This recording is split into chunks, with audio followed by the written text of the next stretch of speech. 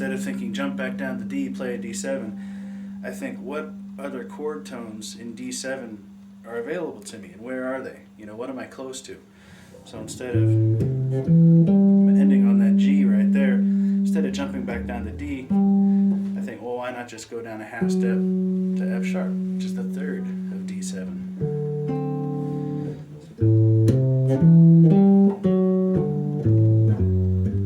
So kind of voice leading is essentially what that is.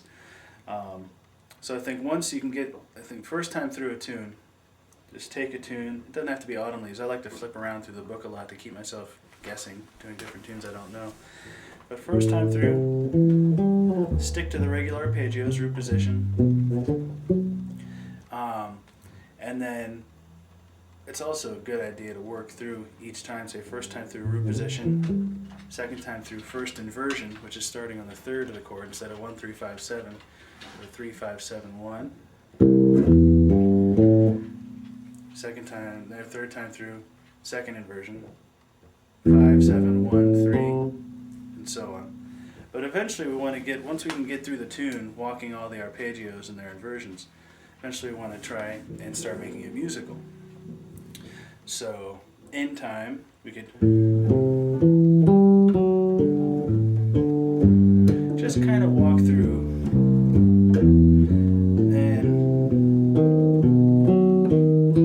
and try and just, just hit all the chord tones. Don't even worry about what inversion, just hit nothing but chord tones and hit all the changes.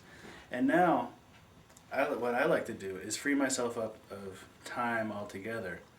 And don't worry about the structure, because I'm just practicing. I'm just trying to work through stuff and try and combine everything. So I'll take a set of changes and try and make my own tune out of it. So for example, I could take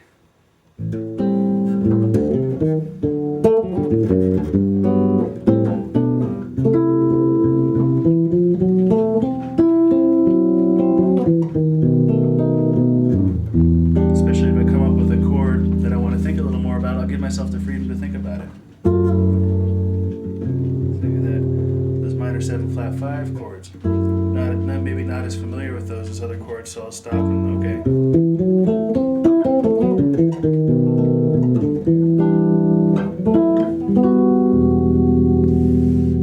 Alright there, that's kind of a cool thing to do. You can play first inversion of a chord.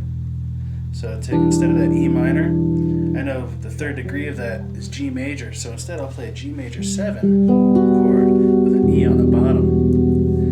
And that winds up giving me kind of a 9. I'm playing G, B, F sharp.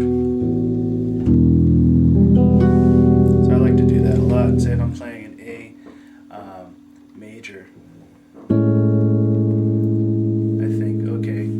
think of my modes. C sharp, Phrygian C sharp minor. So instead maybe I'll play C sharp minor with an A in the bass. I like to do that a lot. Superimpose the third of the chord over the root. Works out kind of well. So again, taking it, just trying to hit all the changes.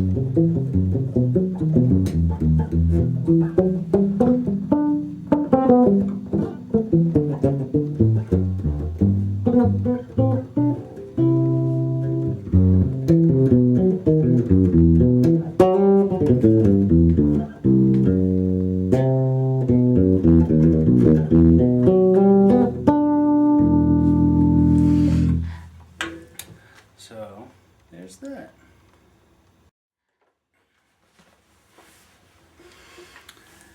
So yeah, to recap, we got to get all the modes down. And then I like to write all the modes out and look and see where all the major and minor and diminished chords or scales are. So you got to learn all the scales, learn all the chords that apply to the modes. So not only should we be able to play the modes up and down the neck, we should also be able to play all the arpeggios up and down the modes. Even, I think a good way to mix it up a little bit is play my first arpeggio up, second arpeggio, starting from the 7th down.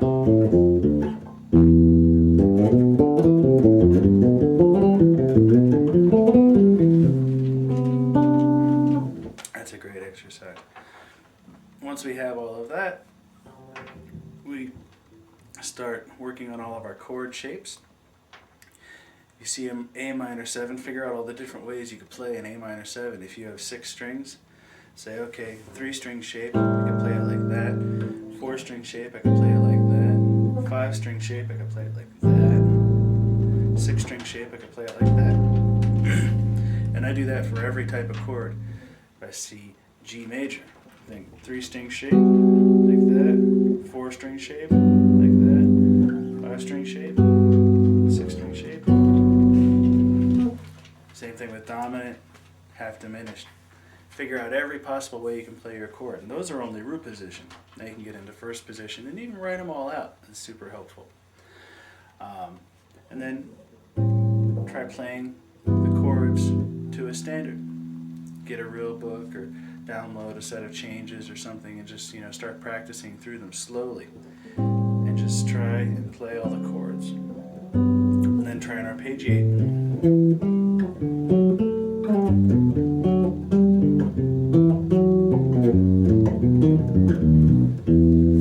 And experiment with that and see what happens there. And then try and do it in time, in a context. In time, make it musical. Learn the melody. Try and play through the tune. And then the key for me with practice is always never letting yourself get too comfortable. As soon as you start to, you got the tune memorized and now you're just playing through it, it's not helping you anymore. I mean, there's finger, muscle memory and all that, but once you get to that point, that's when I like to flip the page and go to a new tune to keep myself working. So I'll just flip through and think, okay, here's a whole other set of changes.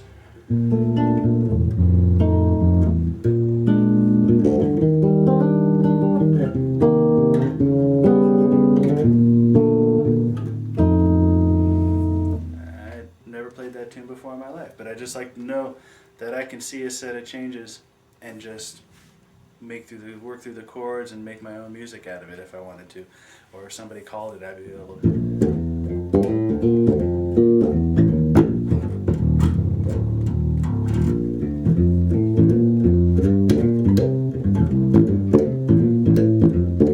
Walk through the changes, arpeggiate. If I had the solo, it's all really good stuff, and it's good exercise. So make sure you can kind of hip yourself to some of that. And then when you go to play, whatever, you got a G vamp and you're just funking in G and somebody calls a solo, you might realize you have a lot more ideas. You can